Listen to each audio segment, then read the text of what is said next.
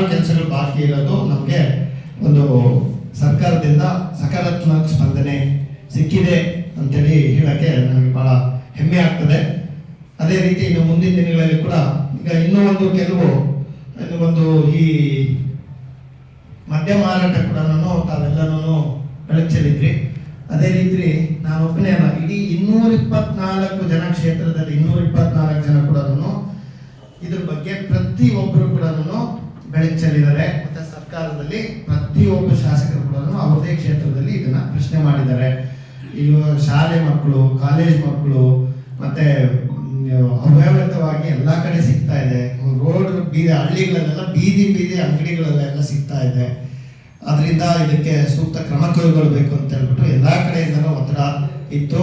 So ಇಂಥ ಒಂದು ಗಂಭೀರ ವಿಷಯಗಳನ್ನ ನಾವು ಕೂಡ ಬೆಳಕು ಚೆಲ್ಲಬೇಕಾಗುತ್ತೆ. ಸೊ ನಾವು ಕೂಡ ಪತ್ರಿಕೆಗಳಿಗೆ ಬಂದಿರೋದು ಮತ್ತೆ ಸಾರ್ವಜನಿಕರ ದೂರುಗಳನ್ನ ಎಲ್ಲ ಪರಿಗಣಿಸಿ ನಾವು ಕೂಡ ಅದಕ್ಕೆ ಸಂಬಂಧಪಟ್ಟ ಇಲಾಖೆ ಸಚಿವರಿಗೆ ಮತ್ತೆ ಮಾನ್ಯ ಮುಖ್ಯಮಂತ್ರಿಗಳಿಗೆ, ಗೃಹ ಸಚಿವರಿಗೆ ಎಲ್ಲರಿಗೂ ಇದ್ರ ಬಗ್ಗೆ ಮಾಹಿತಿ ಕೊಟ್ಟು ಇದಕ್ಕೆ ಒಂದು ಈಗ ಕಾನೂನಾತ್ಮಕವಾಗಿ ಯಾವ ರೀತಿ, ಯಾಕೆಂದ್ರೆ ನೋಡಿ ಈಗ ಸಿಗ್ತದೆ ಅಂತಂದ್ರೆ ನಾವು ತಗೊಳ್ತೀವಿ, ಸಿಗಲ್ಲ ಅಂತಂದ್ರೆ ನಾವು ಬೇರೆ ಏನಾದರೂ ಸ್ವಲ್ಪ ಅಟ್ಲೀಸ್ಟ್ ತಕ್ಕ ಮಟ್ಟಿಗೆ ಏನಾದರೂ ಸ್ವಲ್ಪ ಸಹಿಸ್ಕೊಳ್ತೀವಿ ಅನ್ನೋದು ಇರುತ್ತದೆ. ಈಜಾಗಿ ಸಿಕ್ಕಾಗ ತಡ್ಕೊಳಕ್ಕಾಗಲ್ಲ, ರೆಸಿಸ್ಟೆನ್ಸ್ ಕಡಿಮೆ ಆಗ್ಬಿಡ್ತದೆ.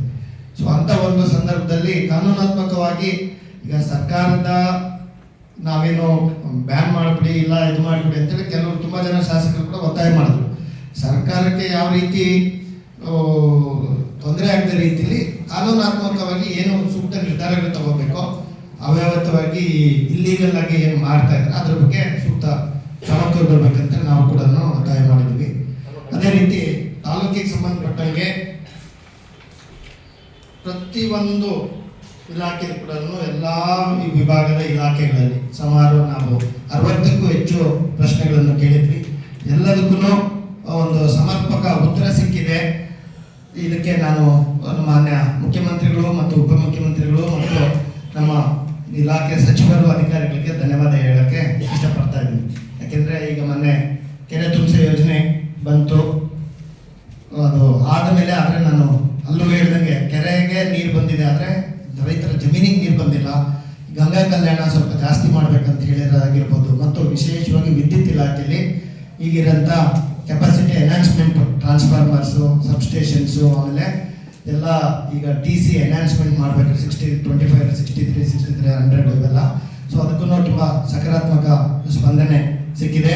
ಅದೇ ರೀತಿ ನಮ್ಮ 74 ಕೆರೆಗಳಿಗೆ ಏನು ಇರೋದನ್ನ ಸ್ವಲ್ಪ ಉಳಿತದ್ದು, ಬಂಡು ಒಟ್ಟು ಮತ್ತು ನಾಲ ಮತ್ತು ಅದು ಟ್ಯೂಬು ರಿಪೇರಿಗೂ ಕೂಡ ನಮಗೆ ಈಗ ಬೋರ್ಡಲ್ಲಿ ನೆಕ್ಸ್ಟ್ ಬೋರ್ಡ್ ಮೀಟಿಂಗಲ್ಲಿ ನಮ್ಮ 74 ಕೆರೆ ಯೋಜನೆಗೆ ಅವೆಲ್ಲ ರಿಪೇರಿ ಕೂಡ ಅನುಮೋದನೆ ಸಿಗೋದಕ್ಕೆ ಒಂದು